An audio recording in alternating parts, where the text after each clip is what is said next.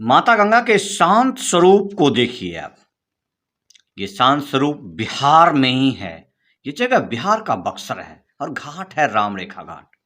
नाम से ही राम जी का रेखा, जहां पर राम जी के हाथों से उनके रेखाओं के लकीर से खींचा हुआ शिवलिंग मौजूद है।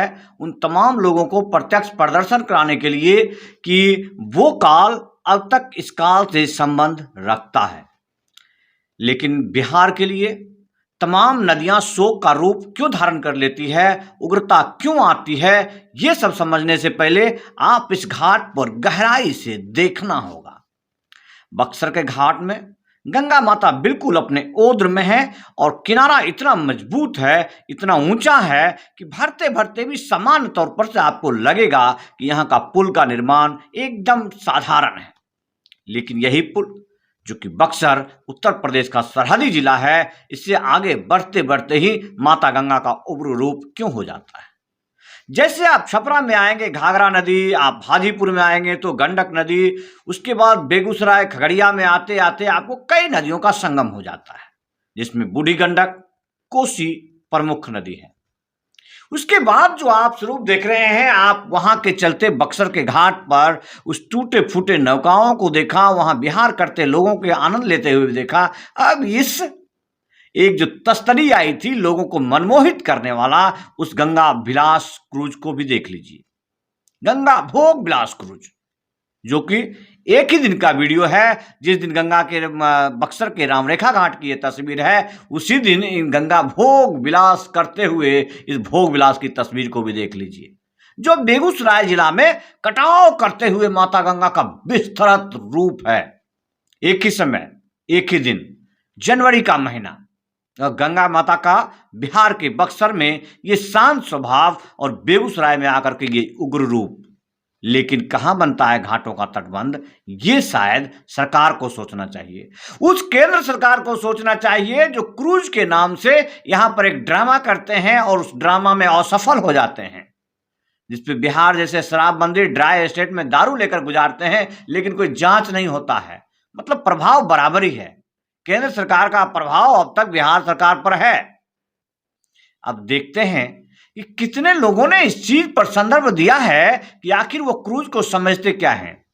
एक सैलानी जलयान, जो कि आज नहीं भारत में गोवा जैसे राज्यों के लिए उसके उत्थान का प्रमुख केंद्र रहा है। और भी जाएंगे आप, पर्यटन के क्षेत्र में भारत में सबसे ज्यादा कोई राज्य विकसित हुआ तो वो हिमाचल है। लेकिन बिहार क्यों नहीं?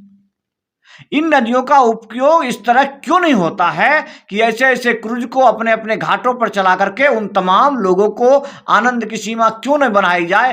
पर्यटन हर क्षेत्र में विकास का उद्गम स्थल होता है, ये बात शायद सब लोग जानते हैं।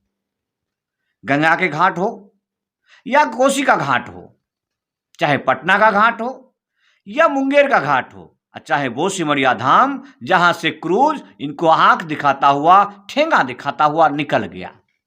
हर जगह पर क्रूज यदि चलता है, 2-3 घंटे का सैलानी सफर होता है, या पुराने जमाने में लोग कहते थे झिलेर खेलने जाते हैं, यदि झिलेर के तौर पर यदि होगा तो भारत सरकार को ही नहीं, बिहार सरकार को बहुत ज्यादा मुनाफा होगा।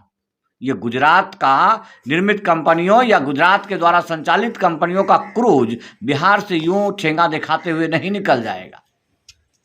यहां के सैलानी गोवा नहीं जाएंगे क्रूज पर चढ़ने के लिए।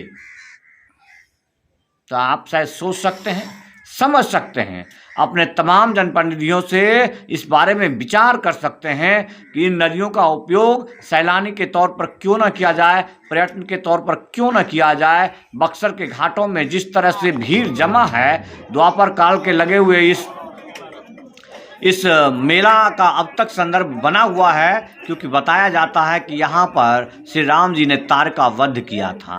तारका वध के बाद नारी पाप लगने से, नारी वध का जो पाप लगा था, उसे मुक्ति के लिए यहाँ पर हवन पूजन के साथ गंगा स्नान किया था। और जब शिवलिंग बना रहे थे तो वो शिवलिंग बह जाता था। और जब उन्होंने किसी अपने गुरु के आह्वान पर जब उसको पुनः गंगा में विसर्जित कर उसे बनाने का प्रयास किया, तो फिर उसमें से उनके हाथों की लकीर छप गई। ये वही जगह है जहाँ पर उन्होंने अहिल्या को तारा था, यहाँ से कुछ दूर पर ही। और वर्तमान समय में चौसा किसानों के लिए जंग का मैदान बना हुआ है। ये वही चौसा है जिस चौसा में शेरशाह सूरी और हुमायूं के बीच हुए महायुद्ध का 700 साल पूरे होने वाले हैं। यहाँ पर हुमायूं को या मुगल को अखंड भारत को छोड़कर दुम दबाकर भागना पड़ गया था। वो वापस तभी आए जब शेरशाह सूरी नहीं रहे था, और उसके बाद तक 10-12 साल तक उनके पुत्रों ने राज किया, उसके बाद वापस आए। ये वही बक्सर है जहाँ पर ईस्ट इंडिया कंपनी और भारत के राजाओं के द्वारा उनके स्थापित होने नहीं देने, टैक्स नहीं देने की वजह से घमासान हुआ था। उसके भी लगभग 200 साल पूरे होने वाले। लेकिन उन जगहों पर किसान आंदोलन कर रहा है। चौसा का लड़ाई और बक्सर का लड़ाई अब इतिहास के पन्नों में किसान के द्वारा लड़ी जाने वाली लड़ाई के रूप में दर्ज होगा, तो कितने दुर्भाग्य की बात होगी इस सिस्टम के लिए, इस व्यवस्था के लिए। तो शायद आपने तमाम विश्लेषणों में महसूस किया होगा आज फौजी FM एपिसोड 3 में